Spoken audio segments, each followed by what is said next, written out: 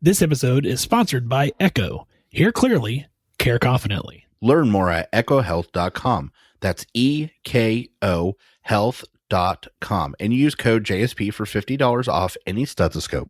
Just Some Podcast Media. The thoughts and opinions on Just Some Podcast are of the hosts and guests and do not represent the views of organizations that employ them or they volunteer for. They are also not responsible for spontaneous black holes or nuclear wars that may occur. You have been warned.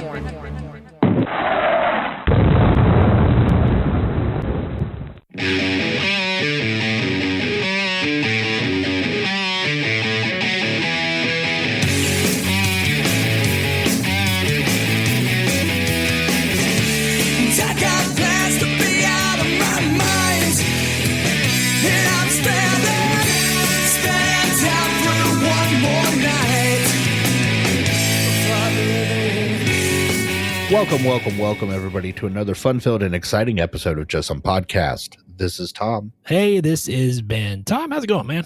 It is going swell. It's the beginning of March, and it's 72 degrees outside. So... That's true. Yeah. It was like 80 this week here. We had the back door open to the clinic. It was nice. Yeah. So anytime someone says to me the words climate change doesn't exist, I'm like, well, it snowed 9 inches a week ago and I'm wearing shorts today. So I think there's some evidence to the contrary, but I digress. It's been well. Work is actually doing really good. We're still seeing plenty of COVID and other illnesses, but I mean, I'm just going to say it for the risk of ruining things, but it does feel like we've hit a good spot for once in a couple of years. Yeah, no, I would agree with you. I mean, I think at least in my office, we're seeing less direct COVID patients. The other thing that I'm seeing now, Tom, and I'm curious about on your end, all these patients who didn't get routine health care for several years during this pandemic, the diabetes, the hypertensions, the COPDers. This last few weeks, I've been just inundated with like annual exams, preventative stuff, all this stuff that has kind of went by the wayside. We are seeing quite a few catch-ups. I don't know that I want to say it's been a snowstorm of them, but I don't know. It just, honestly, it's an overall sense of, hey, we don't feel like everything's going to be the end of the world. It's like every day you walk into work during the pandemic was like, what was going to happen today? Like, there was always the looming word of, well, they might shut down our office because I work for a larger hospital system. So they might shut down the office and disperse all of us to go help out in COVID hotspots. And there was always this talk of, well, what are we going to do next? Oh, half the people are out because they're sick or they have symptoms, whatever. But for once in a couple of years, it finally feels like, hey, I don't have to come to work and worry about, is there a COVID overrun or half our staff is out? Or so, I feel like business on the patient side is moving very well, but not unusual. I feel like on the staff side, there's a collective sigh of relief. And I'm almost afraid to do it because I feel like, what if it's too soon? And it could be, but it is nice for the first time to breathe easy. Yeah, no, I definitely would agree that, just taking that nice little breath of air. Tom, we are doing things backwards the way that, to the listener, it'll sound the same, but for us, we're doing it backwards in that we've already recorded our interview and it was a wonderful interview that we're going to get to. There's this, little event going on in DC, Tom. I don't know. Maybe you've heard of it. Maybe once or twice. March. Yeah. We reached out to Dr. Sandy Risoldi, who is the head of Nurses Against Violence Unite, and she came on the show. She brought Nurse Junia on the show with her, who's from Beautiful Nurses Magazine, and we talk all about the march. We talk about the important legislation behind this that hopefully some of this march will get to push through. They talk about 3 bills, and I'll let you guys listen to the show so you can hear it or look it up more on the websites that we're going to talk about. There's a bill for nurse violence. There's a bill for nurse staffing ratios. There's a bill for stopping racism within healthcare. There's also the platform for other things that may eventually become bills or that we're going to support to become bills. We also talk, and I think it's vitally important that we talk about how Congress and the American Hospital Association is trying to backdoor put a cap on wages for travel nurses, which is completely the wrong thing. All right. There's a lot of stuff we could talk about in healthcare and spending and blah, blah, blah. I'll tell you right now, the critical component is not travel nurses and their pay. Okay. That's not the critical component in this. So for everybody out there that isn't deeply invested in this, they don't know a lot about what's going on, look into it, because that's what basically what they're trying to say is all these nurses, instead of addressing the actual issues and how to fix them in healthcare, they just said, let's just cap nurses' pay. Well, that's the wrong move.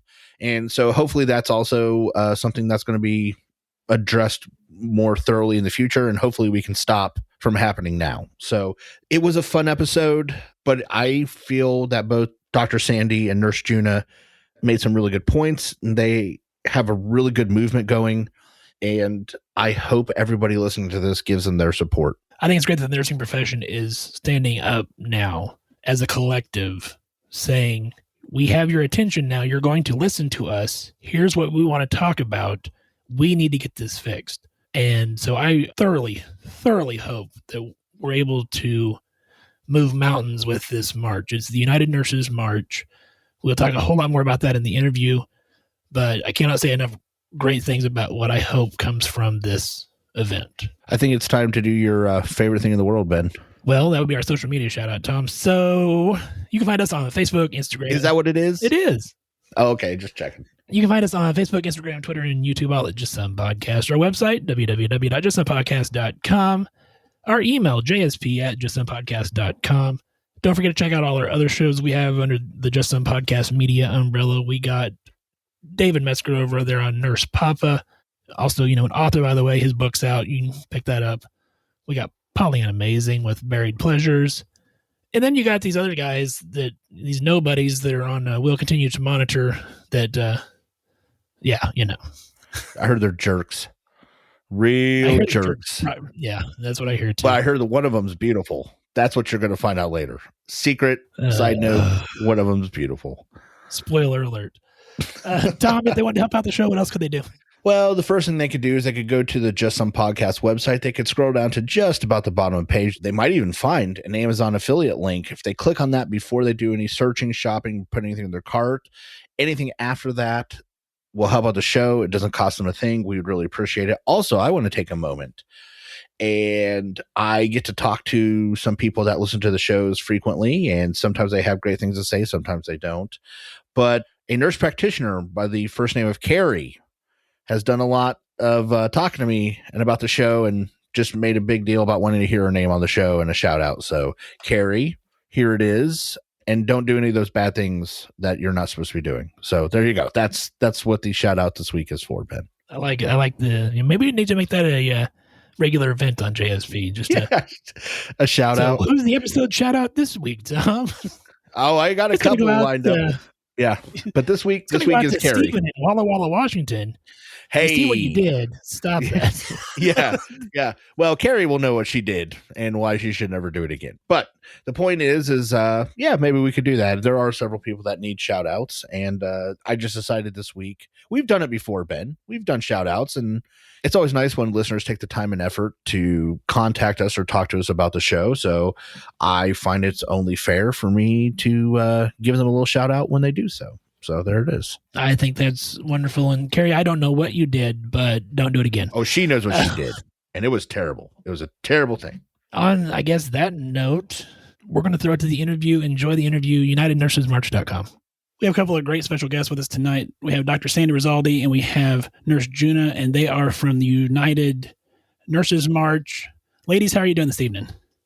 Fantastic. Thank you so much. Doing great. We're doing beautiful. Well, we are so happy to have you here. Do you want to tell us a little bit about yourselves? My name is Dr. Sandy, Dr. Sandy Risoldi, and I have been in nursing for over 30 years. I am the founder and president of Nurses Against Violence Unite, which is a 501c3 that was founded in 2017 and made a nonprofit in 2018. I'm Nurse Junia, and I am so happy to be here. I'm Nurse Junia of Beautiful Nurses Magazine, where we do all things beautiful, not just for nurses, but anybody who nurses a soul. And I was excited to, just work with my sister here on something that is just really, really needed in nursing and healthcare for all of us. Absolutely. And collaborating with this United Nurses March is Absolutely. going to be amazing. This is going to be a monumentous and historical event that's coming up on May 12th. Yes. Well, that segues into a great question. So May 12th, and it's in Washington, D.C., correct? Yes, it's in Washington, D.C. We have the permits that are going to start on, we're going to start over at the Washington Monument, and then we have the march route down Constitution Avenue to Pennsylvania, then 3rd Avenue. I believe it's 3rd Avenue.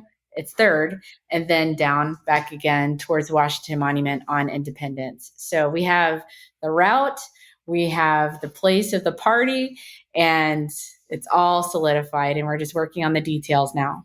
Can you kind of elaborate on how this all came together? Like what started it, and then how did you form the idea, and just kind of take us through that? The initial concept, as we all know, came from a beautiful nurse. And if you go to the United Nurses March, we give credence to that. That's a beautiful thing. And from there became other entities that wanted to be a part of that and wanted and had their own ideas. And so we're just an organization that came together.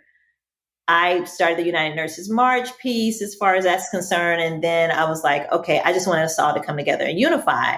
And then Sandy had this piece, and then we just moved from there to, as far as the workplace violence, Unite was already an engine working towards that path. And we just all came together and said, okay, we're just going to come on a united front and cover the issues that we've all had in nursing for many, many years. I've been a nurse for 22 plus years. And so there's so much that we need to cover. And we just came together and did it that way. So the original idea, the spark of this whole idea of having a march, a lot of us were already thinking about having a march anyway, because we've had enough in society, period. Like with the way that things are going with workplace violence, staffing ratios, now they were talking about capping pay, and then the incivility that's just brewing inside of healthcare. The spark of the idea came from Veronica Marshall, and then we were the engine behind making all of this stuff with the logistics and making sure that everything was going to be functional and solid for all nurses to be in a safe environment, that we would have no hitches, hopefully. What is kind of the platforms? I know you guys have kind of alluded to some of that, but I want to make sure that we get that out there very specifically.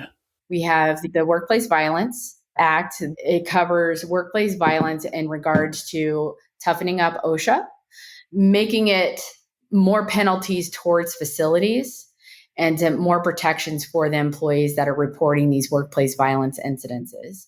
I've been working with Joe Courtney's office, which is the person that introduced the bill. I believe it was like last year. I don't have it exactly in front of me, to cover all the important things that we need right now. It's a start. It's not the final. Of course, we need more protection out there. And then we also have the staffing ratios. I believe it's House of Representatives 3165.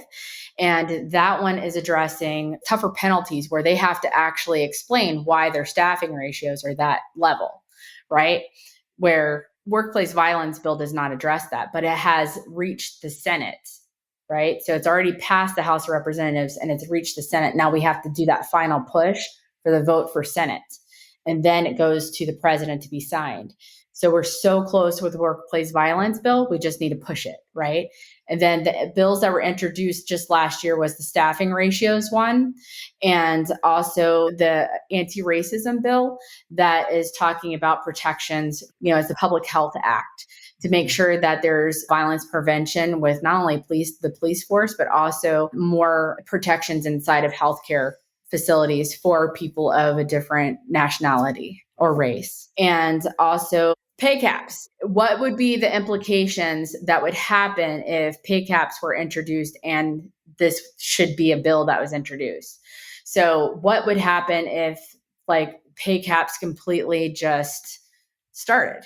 What would happen? What would happen to patients? What would happen to staffing? What would happen to morale? What would happen to the violence with the patients that are upset towards the nurses, because we're the very front line, and the nurses' aides? What happens? What does that look like? And then opening up that piece when you're starting to cap salaries, when you think of nurses, which is more of a gender related profession. I haven't heard of them capping salaries for other entities that way. So why are you capping our salaries? So that opens up a whole nother piece that you probably weren't prepared for here, but that's something we have discussed as well. And we want to talk about, like, why are we trying to cap nurses? I think that is something that's very important. And I want to talk about all this stuff. So, but I do want to say, as a male nurse and a male nurse practitioner, it is eye-opening to come into healthcare and see sexism that blatant in front of you.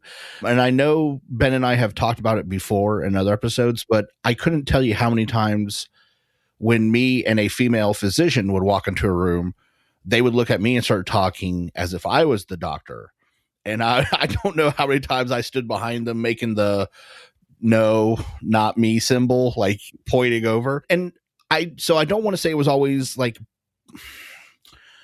rude or mean, like they never demeaned the women for being, but yeah, it's very much, it was eye-opening to watch it happen. So while I think it's all very important and I do want to talk about all of it, I would like to start with House Bill, I think it's 1195 on violence, because violence is something we've actually done whole episodes on. It's something very close and dear to me.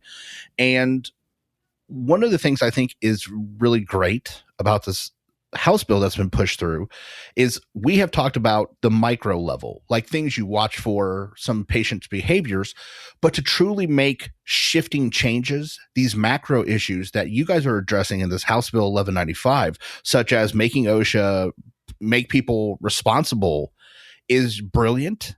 And I think if you actually want to see major changes, you can't do just the micro stuff. You have to make the macro. And I just think it's fantastic that you guys are pushing this through. I want to hear more about like what kind of came around with this, or what led you guys to formulate it this way, or talk to people about why it's formulated this way. But I found something really interesting. You said it's been pushed through the Senate. Have you got any outright support or pushback from members of the Senate?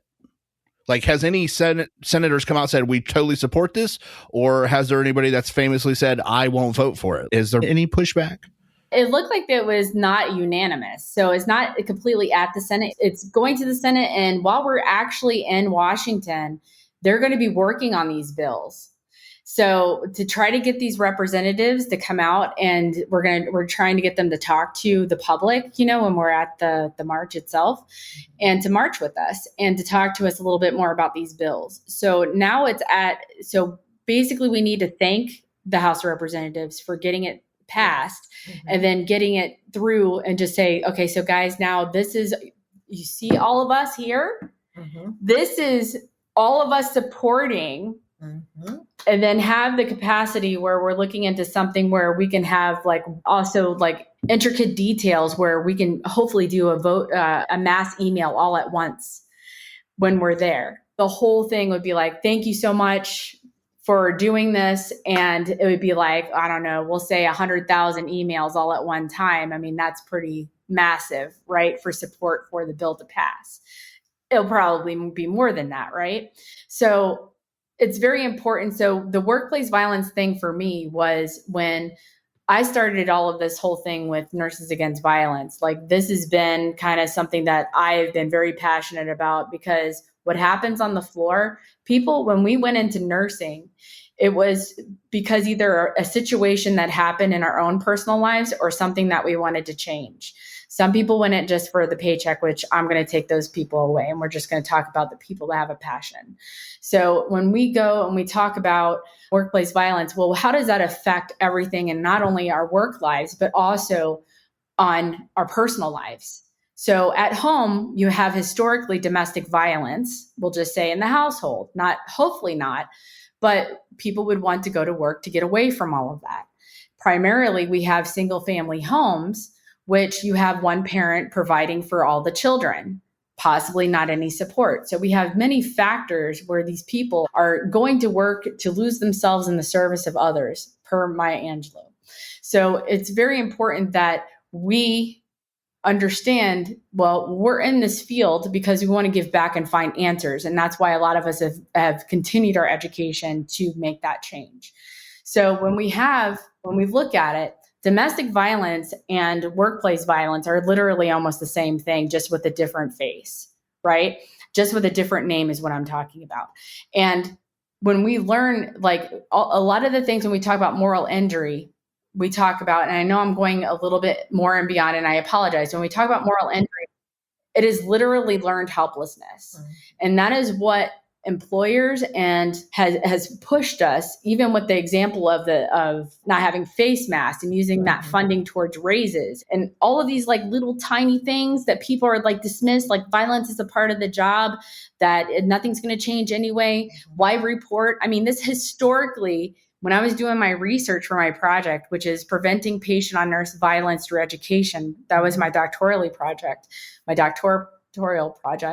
I went from reporting to finding out the trail of where that reporting went to everything that led up to where we are today, like the Joint Commission saying a Sentinel event number 59, talking about patient and verbal and physical abuse, the ANA responding with the End Nurse Abuse Panel.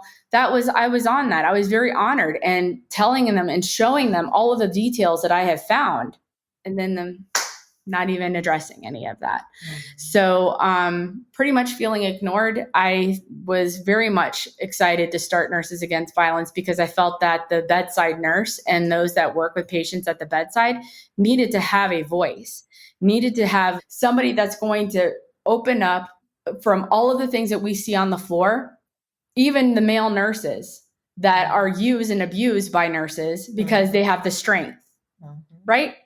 That's subtle. Right? I mean, you have a back that could get hurt, right? Yes. So it's like these little tiny things that chip away and crack that egg to the point that it literally has broken so many of us, to the point that now we are all recognizing that this is more. And some people still don't realize that they just want staffing fixed. And I'm going to get to that analogy that will hopefully make some sense. But when you have all of this, like cartoons, we'll say when we were younger, oh, cartoons are getting violent and it's desensitizing. What do you think has been happening in nursing all of these years? So now we're thinking and we're expecting that violence is just another part of the day.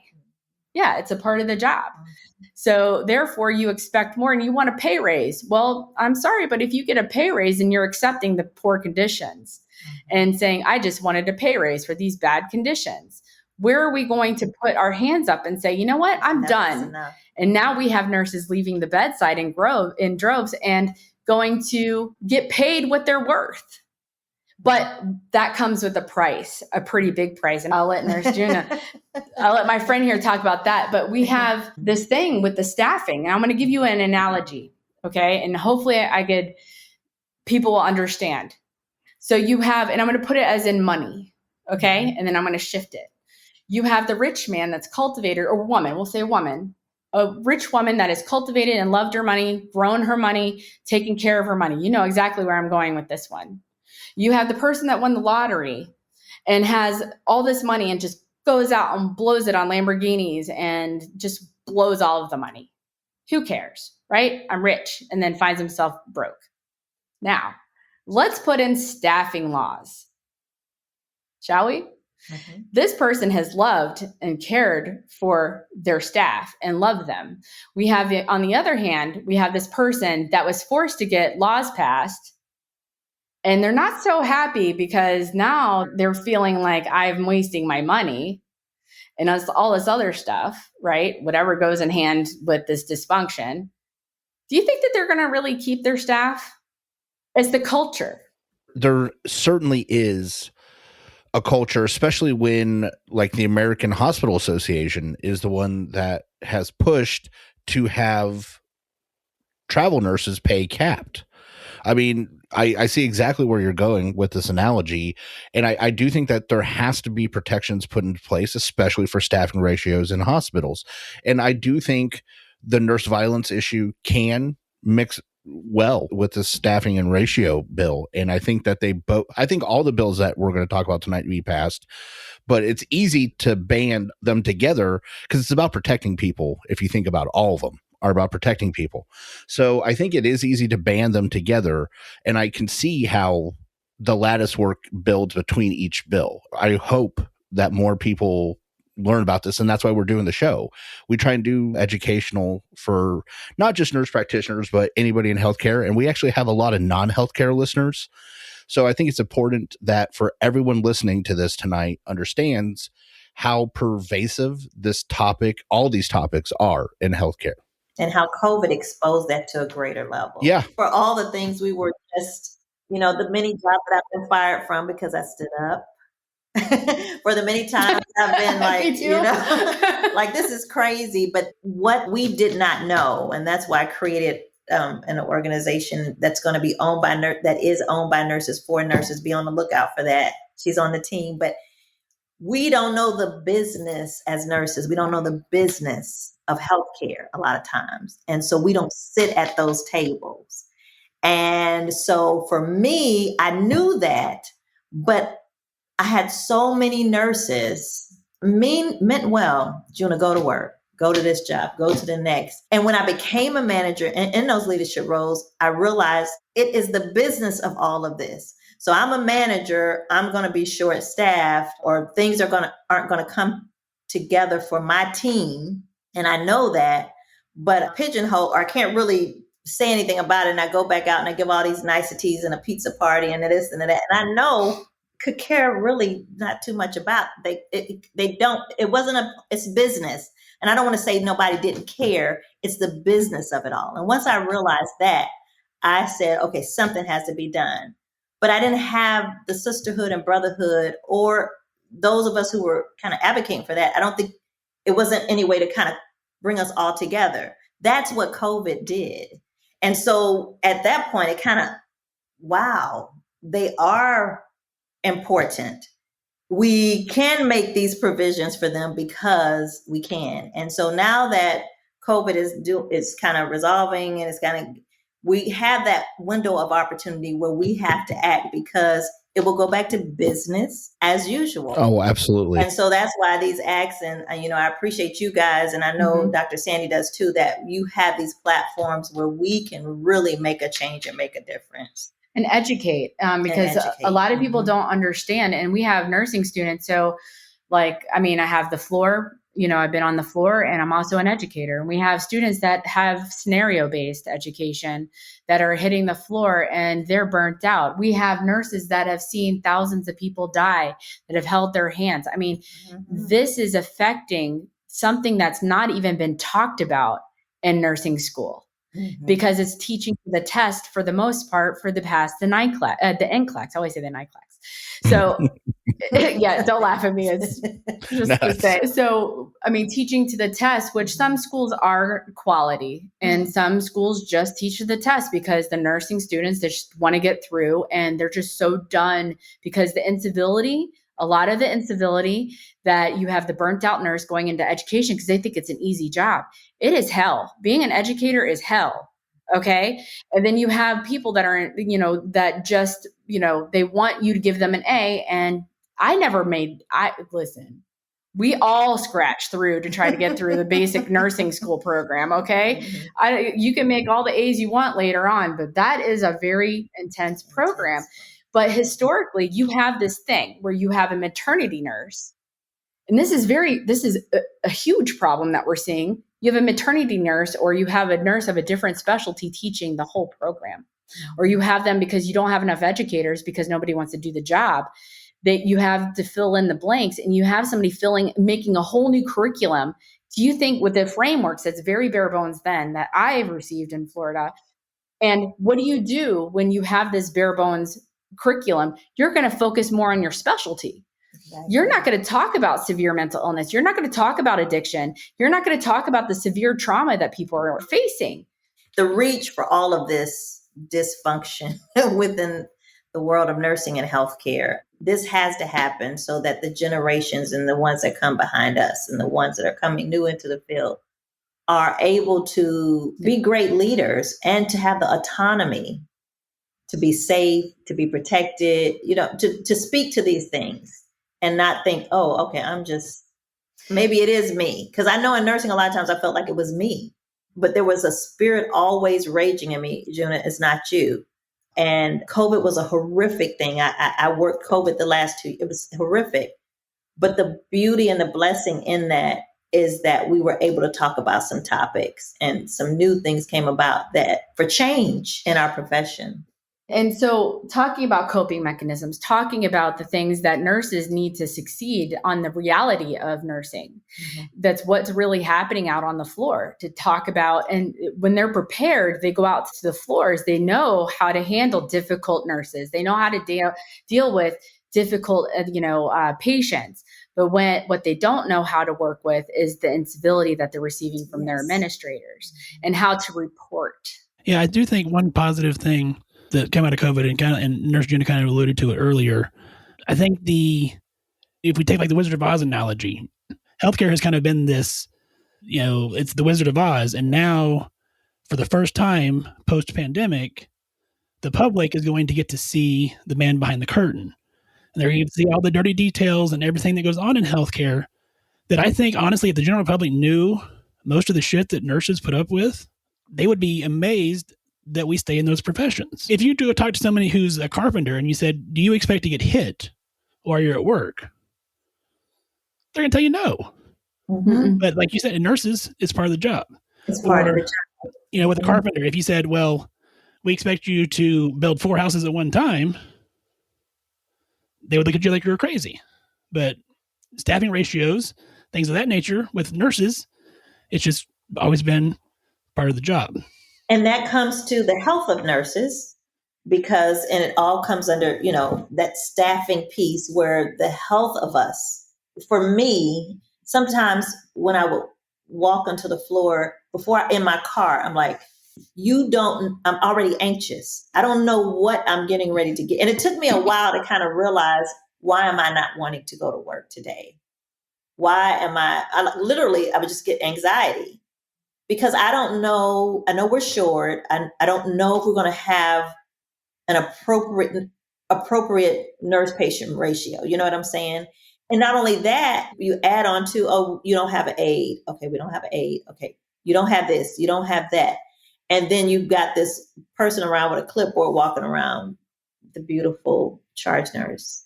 Did you write your name on the whiteboard? The whiteboard, Folks who don't write their name on the whiteboard, we're going to have to report you to management. So you already walk into a situation. I had to put some light there.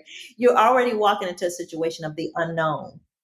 And so when it comes to the patient ratios and talking about that, it's just very important to understand that it goes beyond that. Even it affects our health.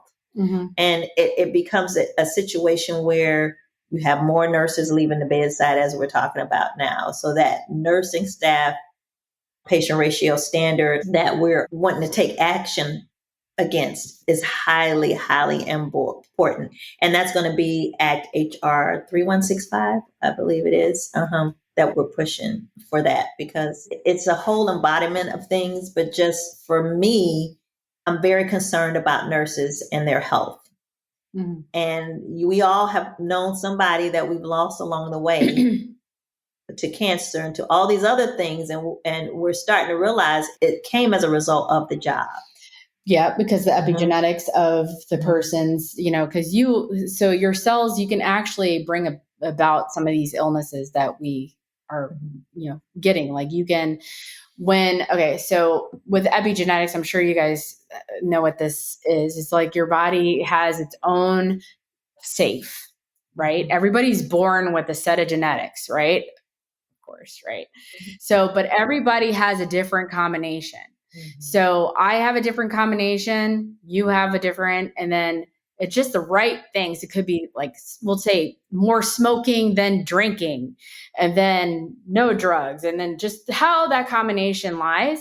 And then when it hits and it clicks and it opens, there's your schizophrenia, there's your bipolar there. And it triggers these things that you would never think that you would ever receive, but it's in your genes. Or what can your body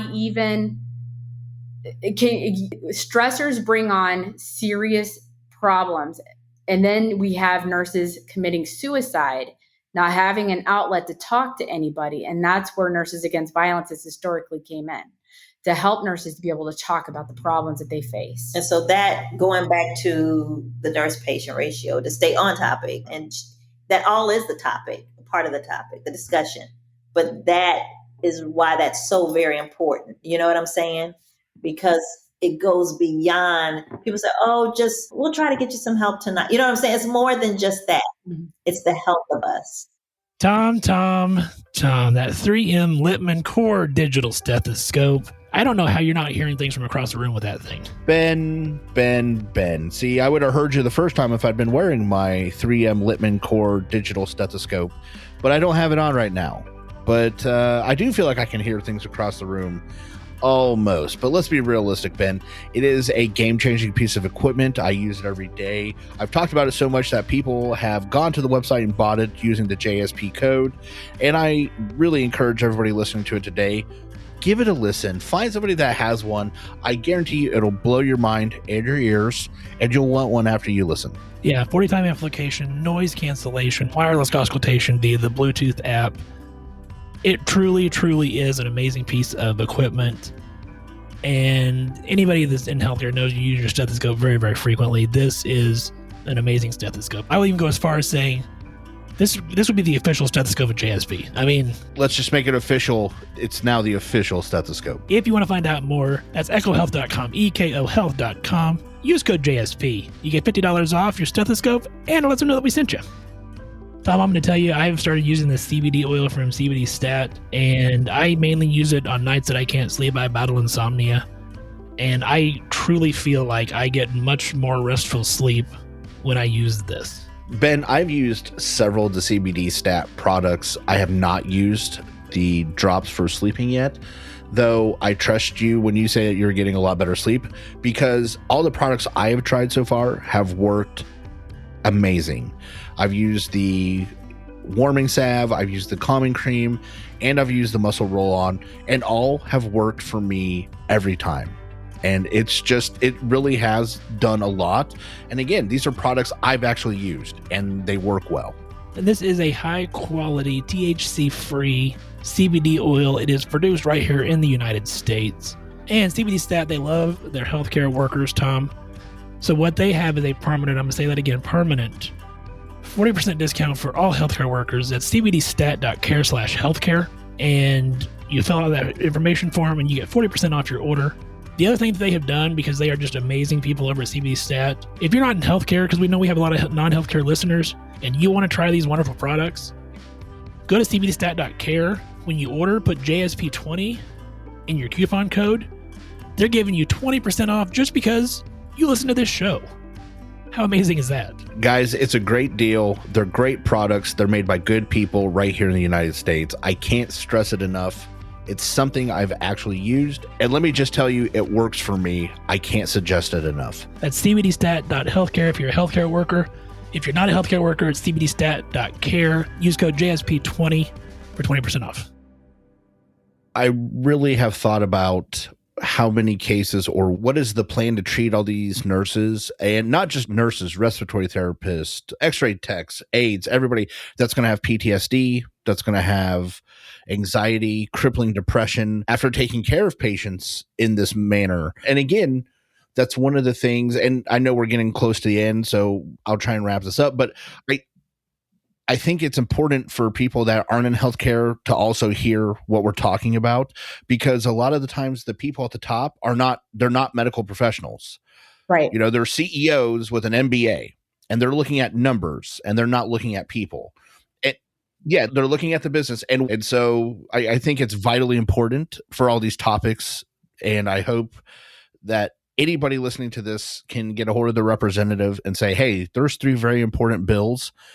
And maybe a 4th one needs to be created, you know, as we're talking about things. But I really hope that people get the word out and we get you guys a lot of support. Absolutely. And Sandy's definitely going to speak to that. And that's what that movement is for, owned by nurses, for nurses, so that anybody that houses employees, has any partnership with nurses and healthcare workers and within those entities, we have a seat at that table. And we've never had that. So that's what we're going to be working on. But I'll let her speak to the importance, because I know you got to wrap up, of this And of this is bill. And this is another important component of what I bring to Nurses Against Violence, and what I've started, where I wanted to have a practice that has nurses to be able, and healthcare workers to be able to come and talk, that don't have any kind of retribution or any ties to their insurance, so their employer has no idea. They can talk freely.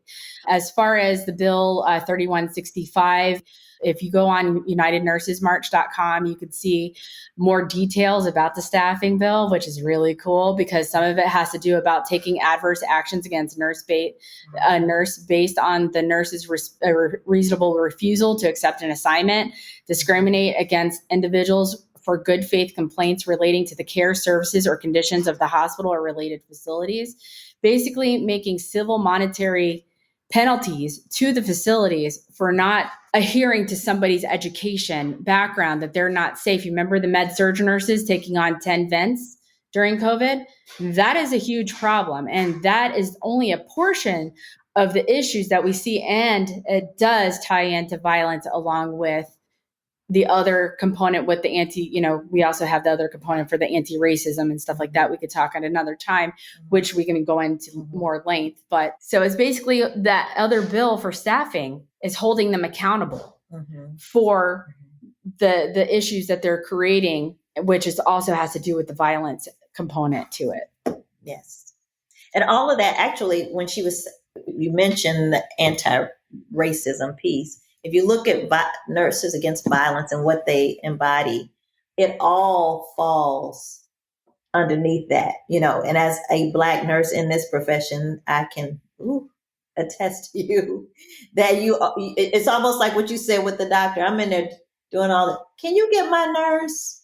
Are you the CNA? It's just that they immediately, you're a Black woman. There's no way that you could possibly be able to take care of me. And then you add on to that, then the violence of it, the name calling and the derogatory comments. And so that's violence that at some point in time, that's abusive. And so, it's important for us to understand with the HR bill, and I will be working closely with the representative who has oversight over that bill in reference to anti-racism within healthcare. And we're hoping to just add more to that. You know what I'm saying? There's some conversations that need to happen, but I know when we come to the approach for this March and we embody, and this woman has a beautiful heart. She really does. And we embody all. I'm one of those sisters, as they would say. I don't shoot from the hip. I shoot directly. And nobody can tell the story as good as you do when you've gone through it. And I know my story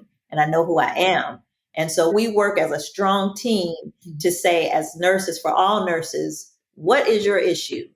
What are you having? We got everybody in place and we're going to take care of this. So we're excited about these bills. I am really excited to work on with Representative Presley and contacting her for that bill on the anti-racism within healthcare. And we want this, that's my slogan. If it ain't beautiful, I don't want it. I'm all things beautiful. And I just really, that's my thing. I get those extra hugs. Did you see pictures of Ben and I then before this show? Because if you're just about things beautiful, I mean, I know I would be okay, but Ben, you might have needed to look at his picture again before you started this episode. I know Ben is cute.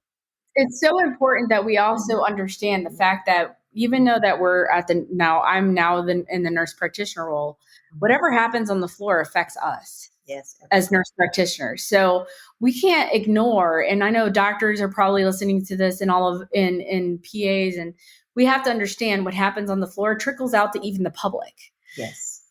Well, and I think it's also important that this is not just on the floor. I mean, yes, these bills and the specific topics tonight, but healthcare breakdown, healthcare violence, I think where we need to start is in the hospitals, and that's for sure. A vulnerable group of nurses, they need to be protected, especially after everything that's happened with COVID, for sure. But this is something also, like I said, Ben and I have talked about many times on this show, even in our family practice offices.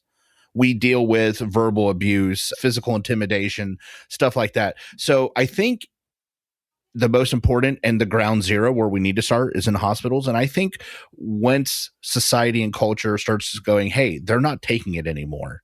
It is no longer acceptable, because and there's a million factors, and I won't get into all of them tonight. But again, Ben and I have covered this many times on the show, that I think when you started turning healthcare into a service industry versus a care for people industry, suddenly they felt that they could act this way. And far too often, the nurses or the healthcare worker, again, the aide, the respiratory therapist, whoever's in the room, gets blamed for the actions of the patient or the patient family. And we've got to stop that. And I know I've said that a million times, when I was a nurse, before I had a podcast. I've said it a million times since. And I know this is something Ben and I have really focused on. So before we do anything else, Ben, do you have any last questions you think for our guest tonight? I don't have a last question. I just want to implore, and I had the ability to speak to some faculty members at a local college that I sit on the nursing advisory board for, and I implored them to tell their students, you've got to get involved in advocacy. You've got to advocate for yourself. You got to advocate for your profession. Because and Tom and I have said this before, even if you're not aware of what's going on as far as if there's going to be a bill passed or not, your very life can change. Your practice can change around you, and you have no idea about it. You have got to make yourself aware of this stuff. You've got to be, not only are we patient advocates as nurses, but you've got to be your own advocate, and you got to be a nursing advocate as well. Yes, absolutely. And we've had that taken away from us, and to learn helplessness, where we can't, no matter how hard we try, we can't. But we will. I think something that to build on in the future is once we build that base foundation of safety, safe ratios, is to go after nursing education and say, what can we do to make things better? Because far too often, and again, I said this when I was a student, I said it when I was a nurse, and I'm saying it now, is I understand the importance of the NCLEX or the NICLEX. I kind of want to call it that now. I truly do. And I think a national safety standard and certifying exam is absolutely necessary, and I'm okay with that. However, far too often, I think schools teach to the test instead of actually teaching how to be a nurse. And they're under the impression, I can teach you some theory, teach you the NCLEX, and then when you get on the floor, some other nurse is going to teach you how to be a nurse. And while that's working, okay, I don't want to say it's not. I think we're still producing the best nurses in the world. Boy, that's a pretty thin premise to build an entire profession on. And with the rate of good nurses leaving, who's going to be left to teach? And again, I'm not trying to take against the teachers. I'm just saying, let's face the facts. A lot of your actual hands-on application, use of the knowledge and teaching you actually how to do it is done at the bedside by a veteran nurse. And when they're all gone, who is there to teach the next generation? The American public took nurses for granted for too long. I would be honestly a little worried in general America at this point, like based on the fragility of the nurses corps. So most definitely. And I applaud you for that. I really applaud you, because I have taught CNA and LPN, and part of, and Sandy, you can speak to this because you, of course, you're at a higher level of dealing with this, but I saw the importance of adding that social, that clinical professional piece. So it wasn't just when you were in my class or in clinicals, how do you articulate yourself? How do you speak to someone? How do you address the physician, knowing that you have the autonomy when he comes in and he's all out of sorts, or she's all out of sorts because they're the doctor, how to say that to them, hi, Dr. So-and-so, how are you? What can I help you with? Just those people skills, professional skills, when somebody is badgering you, the patient, when your fellow colleagues are, bullying you, how do you speak to that? Hi, so-and-so, are you having a problem with me? Can we go in here? And those type of kind of life skills in the profession. Like you said, we send people off and we say, okay, manage how you will, but it's so much bigger than that.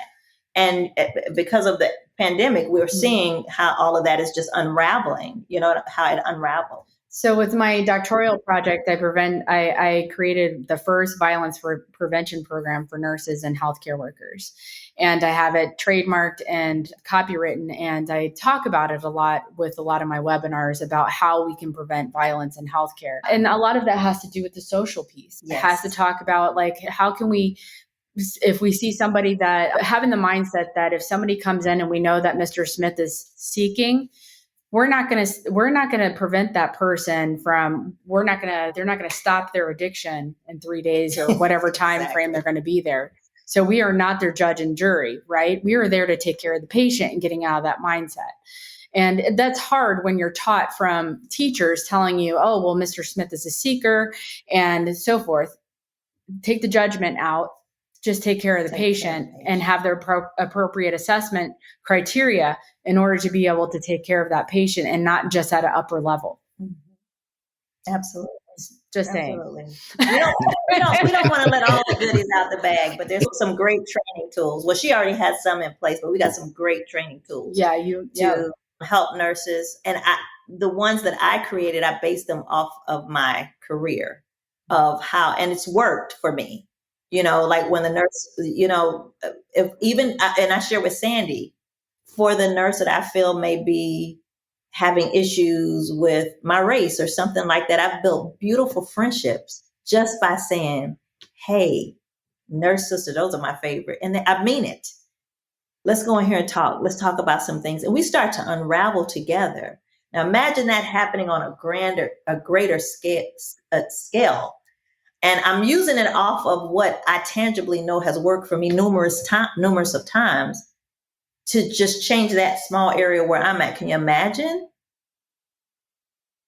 And so I created a tool for that, where we can have that type of climate, and I can educate other people on how to do that. Good dialogue. And do it beautifully. Mm-hmm. And that no matter what is going on in that space while you're working, you stay beautiful, you stay centered. And then that way, because we've got 1,000 things going on as nurses. Oh, yeah.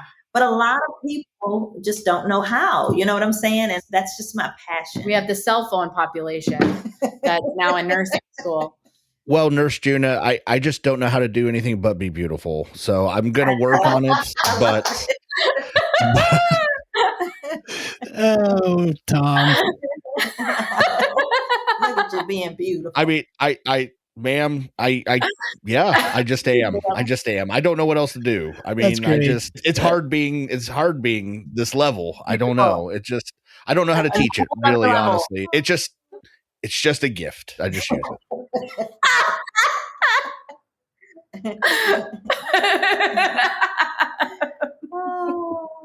I almost said it with a straight face for a minute. Almost. I'm sure your partner can attest to all of that. Oh, 100%. Yeah. When I think of the word beautiful, my face is what I just assume people are talking about. You just can't tell it all. Yeah. So before we get into our final segment of 5 questions with these two ladies, which is going to be a hoot, I think, I do want to make sure that we plug the United Nurses March again. It's going to be May 12th. That's a Thursday, 10 a.m. to 4 p.m. Eastern Standard Time, Washington, D.C., UnitedNursesMarch.com. Did I get all that right? Yes. Mm-hmm. Awesome. Dr. Sandy, you want to tell everybody where they can find you, your websites, whatever you want to plug? Please do. Thank you so much. So UnitedNursesMarch.com. It's also on the NursesAgainstViolence.org website. It's a page that I have specifically just for the March. And they can reach out to myself, reach out to Nurse Junia, and we have a few other beautiful people that are working with us to help us build the structure of the March, as well as also the other great things that are about to happen. Mm-hmm. So you can reach out to myself. You can reach out to my team. We also have a Facebook page, United Nurses March. We also have an event link. We would appreciate if everyone could please register, because we're working on scholarships. This is our wish list, scholarships to give out the last day of Nurses Week. So we need to make it big, right? And give out a bunch of stuff. So we're looking for sponsors that want to come and help us with that. And this volunteers. Our goal is to have the biggest, the most memorable hug for our profession that we could possibly give not only ourselves, but everyone that couldn't join us, to see how much they're loved and cared for. So, and to push this legislation through, because it's absolutely needed. I want to thank you very much for having us on today. Thank you so much. And I'm looking forward and kind of terrified to find out what these 5 questions are. Good. We want you to be. That's good. you can find me at I'm Nurse Junia. It's just that. I am Nurse Junia, CEO, founder of Beautiful Nurses Magazine, not just for nurses, but anybody who nurses the soul. And on social media, we're Beautiful Nurses Mag on IG and Beautiful Nurses Magazine on Facebook. So that's how you can find me if you want to reach out. I'm waiting for it. I would say I'm just going to make sure you have all my contact info so you can put me on the cover coming up. I gotta make sure. Hey, it was going to be turned. I got to interview you all too, because so this is going to really. Anytime. You just let me know. I'm ready for that close up right there. Get my good side. Your whole glam shot. Yeah. Well, really, with a face like this, every side's my good side. So I mean, I'm ready to go at a moment's notice, ladies. I am. You just can't prepare for this level of what I'm bringing. So, Ben. This is what I deal with every week. Join us on a journey into the inner psyche of our guest as we ask five questions. Okay, let's get into 5 questions. So just kind of let's know a little bit more about you. So we ask the same 5 questions to all of our guests. I ask the questions and Tom makes fun of your answers. It's really simple. And so, well, I'll ask you this question and then we'll let Dr. Sandy answer and then we'll let Ms. June answer and we'll go from there. Don't overthink it. It's for fun. Just go with the moment. Okay. I promise. We've done this 100 times, literally. It's all good. All right. Question 1. Dr. Sandy, what's your favorite medical word? Oh boy. Yeah. Stat. We've not had that one, I don't think. Yeah. Is there a reason why you like stat? Yes. PRN med stat.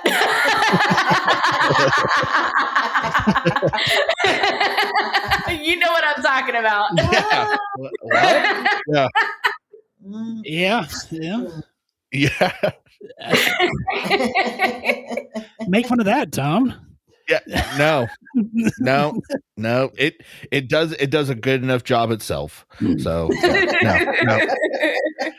All right, Nurse Junia. What's your favorite medical word? I thought we were gonna go 2, 3, 4. Okay, all right. Okay. What is my favorite? Let's see.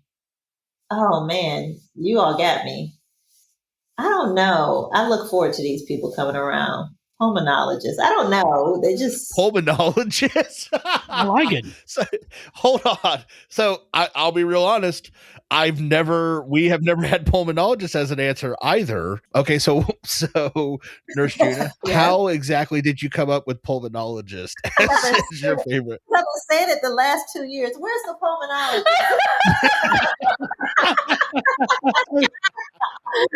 Okay, you know what? Usually that's mental health. Usually.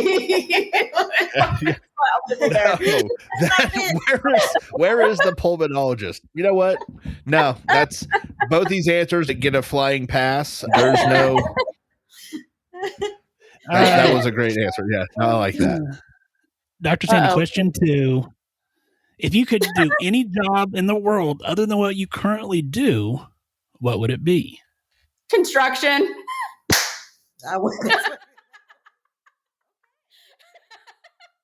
You think you know your friend. Do you have a favorite? Do you have a favorite show you watch or builder that you pay attention to? Not Bob the Builder. Me? You gotta go beyond that. Yeah. Oh. Okay. She wants to build. Yeah, she wants to build something. I just thought maybe okay. No, my wife is also the carpenter in our house, but she watches 7 different shows. She's like, no. Mike Builds It Right says you need to do it this way, and I'm like, I don't even know who that is. So I didn't know if you had a show. No, I actually redid my house that I lived in, and I loved it. It was very therapeutic, breaking things, and I just enjoyed it, and then making it better. That was my therapeutic, and and there's nothing wrong.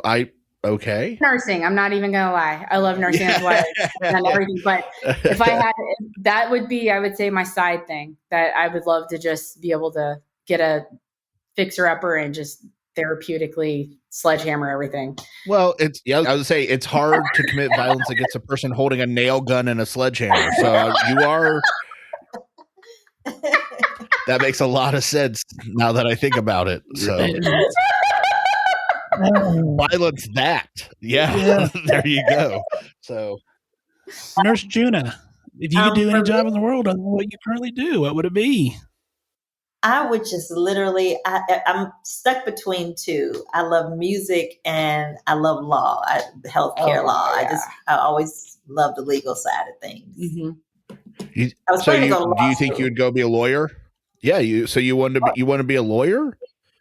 I would. I love. Oh. I love that aspect of things, getting things done that way, and having that type of It's knowledge. not like you need to be a senator and you could get these bills pushed through. See, that's what. Yeah. See, there you go. You could be the 504c6. Yeah, she's been educated. I think okay, I'll sing a song. She could be our PAC. She could work on our PAC. I would say Nurse Junia, if you start a campaign, I'm just saying Ben and I will be your campaign managers. Well, there you go. We'll get you. Yeah. If you run for Senate, we'll be your campaign managers. You're going to lose if you choose us. I'm just saying, but we would do it. So. Hey, isn't that how all great started? Well, usually, yeah. You got me on law, though. I was thinking. No, you already said construction. You get a tool belt, and she gets a 3-piece suit. There you go. That's how this works. Nope. All right, Dr. Sandy, question 3. Think back to your first car. Was it a stylish ride or a rolling turd? It was a rolling turd, but it was a Ford Escort wagon, and it had red seats, and I spray painted it with white with big black polka dots with the question mark on the ceiling. So people were like, "What the F is that?" So yes, it was a mobile turd. You know what? While I completely agree with her assessment, that sounds like a rolling turd. I got to be honest. I'm intrigued. You painted a question mark on the hood. You're right. That works. I'd definitely be asking what the fuck that was when I saw it too, for sure. So you are 100% correct. You got that one right on the mark. Oh, wow. Nurse Junia, was your first car, stylish ride, rolling turd? I mean, if you call a silver Nissan Sentra, what was that, 89? If you want to call that I'm aging myself. If you really want to call that, I don't know where that falls in between. No, did you like it? Oh, I loved it. Yeah, it was a 2-door Sentra. You know those I love that car.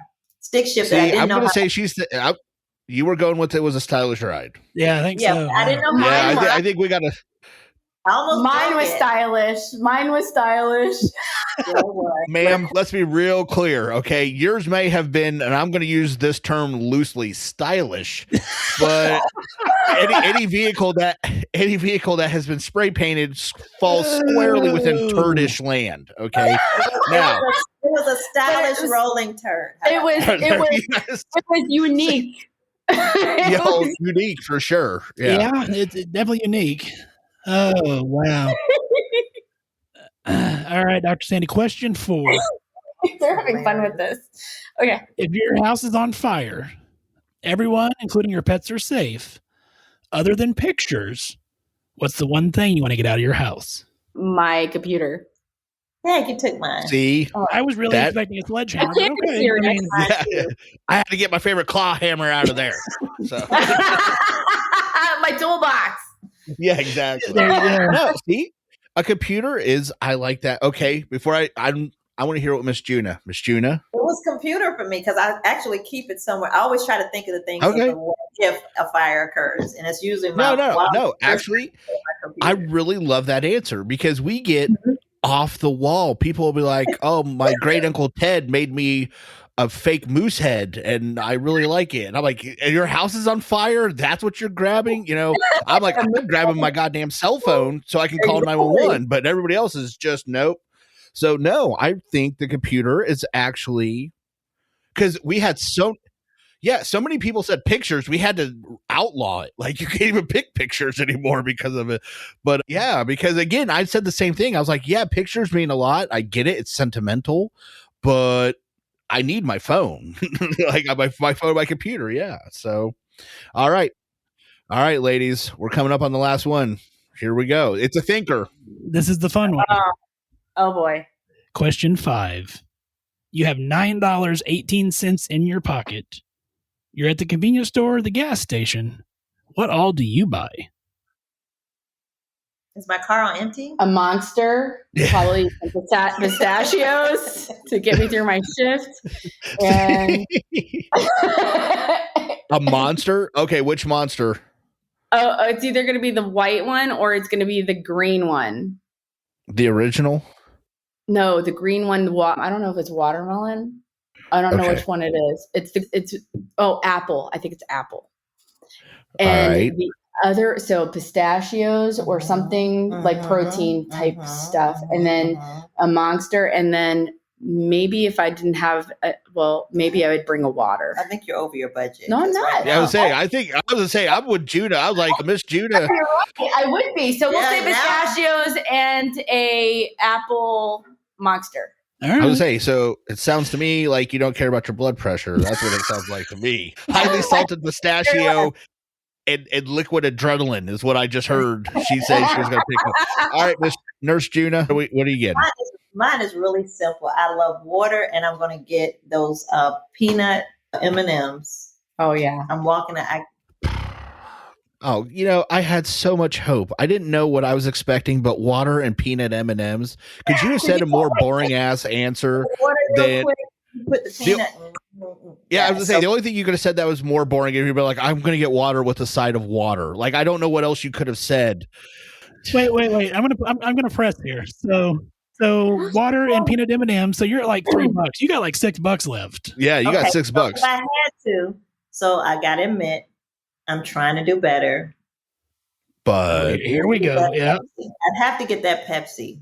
I'm trying. There we go. How are you gonna stay up at night? Oh, you work during the day. Yeah, but I do the Pepsi. I have to really just act like Pepsis don't exist. So I kind of, told a fib. It would have been Pepsi. Oh, I got a coworker like that with Coke. She's always like, you can't even say the word regular Coke around her, or she'll lose her mind. And I'm like, oh my God. So if I keep just telling embrace myself I love it. If I keep telling myself I'm a lover of water, I'm okay. Yeah. Oh yeah. Your love of bland peanut M&Ms and water. That's great. Okay. So, but that's still like $5.50. Well, okay. Hold on. Are you one of them? Are you one of the ones that has to get the fancy water? Are you just like a Poland Springs, or you're like, no, I need the pH balance 7.5 smart water. Perfect. Yeah. Perfectly balanced core. Like, which one are you? I feel attacked, but that is truly, that's why I know that. Which one was it?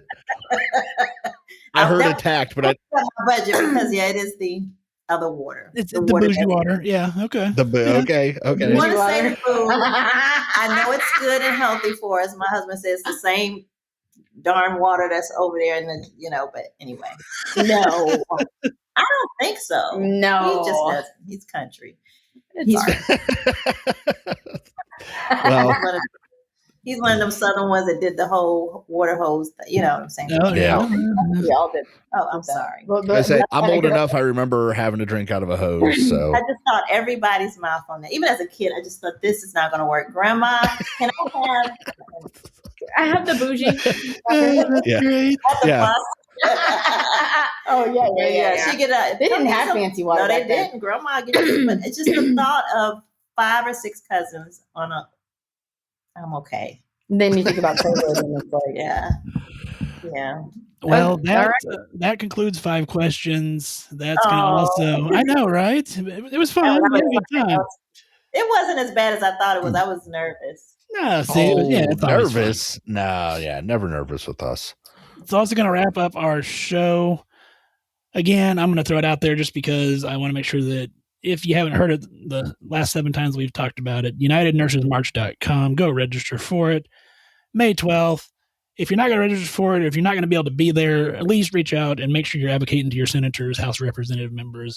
Let them know that these bills need to get passed so we can start making some positive changes in health care.